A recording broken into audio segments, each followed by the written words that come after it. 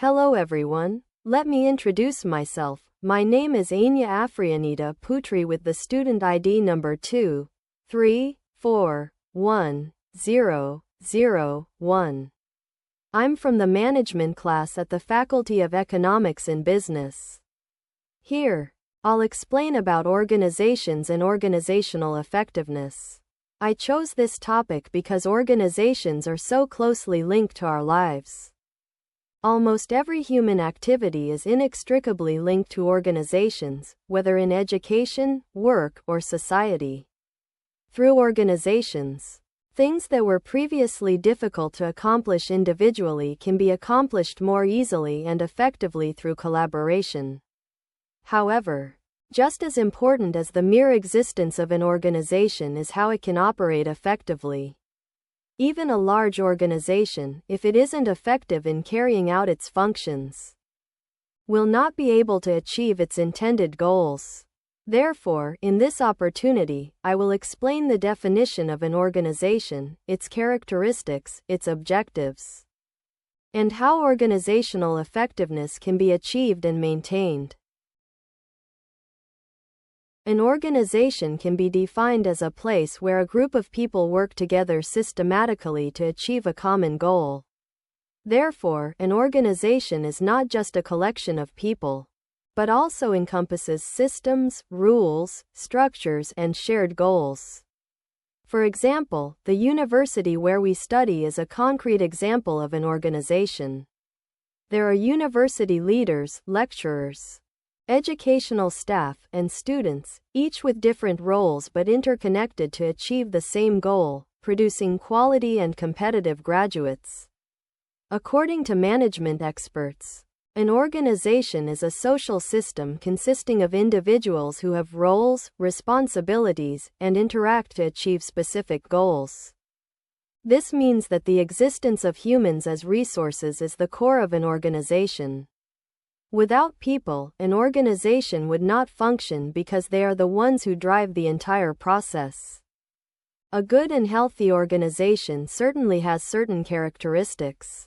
There are several key characteristics that indicate a well-functioning organization. The first is a clear goal. Every organization must have measurable goals that are understandable to all its members. These goals serve as the direction of all organizational activities. Second, there is a clear organizational structure and division of tasks. Within an organization, each member has different responsibilities based on their position or title. For example, there's a chairperson, secretary, treasurer, and so on. This division of responsibilities ensures everyone can focus on their respective roles. Third, cooperation among members. Cooperation is the key to organizational success. Without it, large tasks will be difficult to complete. Fourth, good communication and coordination. Through effective communication, information can be conveyed accurately, thus avoiding misunderstandings. And finally, there are binding rules and norms. These rules serve to maintain order in the work and serve as guidelines for each member's actions. After understanding these characteristics, we move on to discussing organizational goals. Goals are the primary reason an organization is formed. Generally, organizational goals are divided into two: primary goals and supporting goals. Primary goals, or often called primary goals, are the core objectives the organization seeks to achieve. For example, a company's primary goal is to generate profit, while an educational institution's goal is to educate students. Meanwhile, supporting goals, or secondary goals, are things that help achieve the primary goals. Examples include human resource development, increased work efficiency, and increased member satisfaction. By having clear goals, an organization can develop strategies and directed work steps, so that all members understand what must be achieved and how to achieve it. Besides goals, there are several important elements that make up an organization. The first is the people or members of the organization. Without people, the organization would not function. The second is the goal. which is the direction of each activity. The third is the work to be done, also known as tasks. And the fourth is the organizational structure, which is the structure that explains the relationship between one part and another. These four elements are interrelated and form an integrated system. If one element is not functioning properly, the organization will lose its balance. Next, let's discuss organizational effectiveness. Organizational effectiveness is the degree to which an organization achieves its stated goals by optimally utilizing existing resources. An organization is considered effective if its results meet targets, both in terms of quality and quantity, and are executed efficiently. However, effectiveness is not only measured by the final result, but also by the work process, communication patterns between members, and the organization's ability to adapt to environmental changes. For example, a student organization that is able to implement its work program on time, according to plan, and with good results can be considered effective. However, if there are frequent delays, internal conflicts, or poor communication, the organization's effectiveness can be considered low. Several key factors can influence an organization's effectiveness. The first factor is leadership. Leaders play a crucial role in directing, guiding, and motivating members to perform optimally. Good leaders are able to create a positive work environment and foster mutual trust among members. The second factor is organizational structure. A clear structure facilitates coordination and decision-making and prevents overlapping work. The third factor is communication. Open, two-way communication will make every member feel heard and valued. This will increase member participation. The fourth factor is motivation.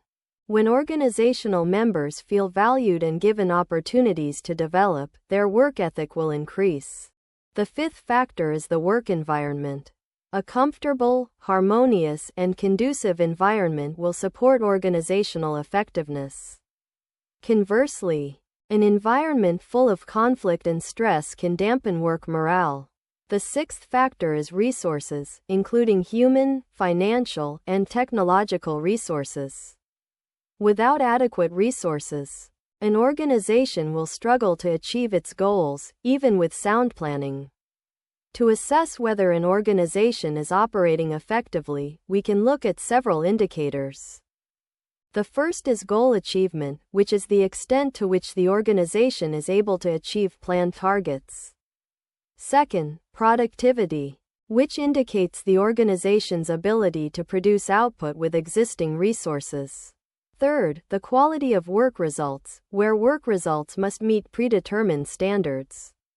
Fourth, member satisfaction, because an effective organization will be able to create a sense of satisfaction and comfort for its members. The fifth factor is the work environment. A comfortable, harmonious, and conducive environment will support organizational effectiveness. Conversely, an environment full of conflict and stress can dampen work morale. The sixth factor is resources, including human, financial, and technological resources. Without adequate resources, an organization will struggle to achieve its goals, even with sound planning. To assess whether an organization is operating effectively, we can look at several indicators. The first is goal achievement, which is the extent to which the organization is able to achieve planned targets. Second, productivity, which indicates the organization's ability to produce output with existing resources. Third, the quality of work results, where work results must meet predetermined standards. Fourth, member satisfaction, because an effective organization will be able to create a sense of satisfaction and comfort for its members. And fifth is the ability to adapt to change. An effective organization is not only able to perform well under normal circumstances, but is also able to adapt when faced with environmental changes or unexpected challenges. To achieve organizational effectiveness, there are several steps that can be taken. First, set clear and realistic goals. Goals that are too high and unrealistic will only demotivate members. Second, improve the quality of human resources by providing training, guidance, and opportunities for development. Third, build good communication between members so that everyone feels involved in decision-making. Fourth, implement democratic and participatory leadership. Leaders who listen to their members will more easily gain support. Fifth, conduct regular evaluations of organizational performance so that any errors can be promptly corrected. And finally, foster a positive organizational culture, such as mutual respect, responsibility, and a sense of togetherness. As a concrete example, we can look at student organizations on campus. If the organization has a clear management structure, good communication, and leaders who are able to provide direction, then activities such as seminars, community service, and competitions can run successfully. However, if communication between members is poor, or if differences of opinion arise that are not resolved wisely, the organization's effectiveness will decline. From this example, we can see that effectiveness is determined not only by resources, but also by cooperation, communication, and mutual respect. In closing, I can conclude that an organization is a place where a group of people work together to achieve a common goal. Meanwhile, organizational effectiveness describes the extent to which an organization successfully achieves its goals in an efficient and targeted manner. Organizational effectiveness is greatly influenced by various factors such as leadership, organizational structure, communication, motivation, work environment, and resources. Without effectiveness, an organization will struggle to develop and may even lose its direction. Therefore, we as the younger generation, especially students, need to understand the importance of effectiveness in organizations. This is not only for campus organizations, but also as a preparation for when we enter the workforce.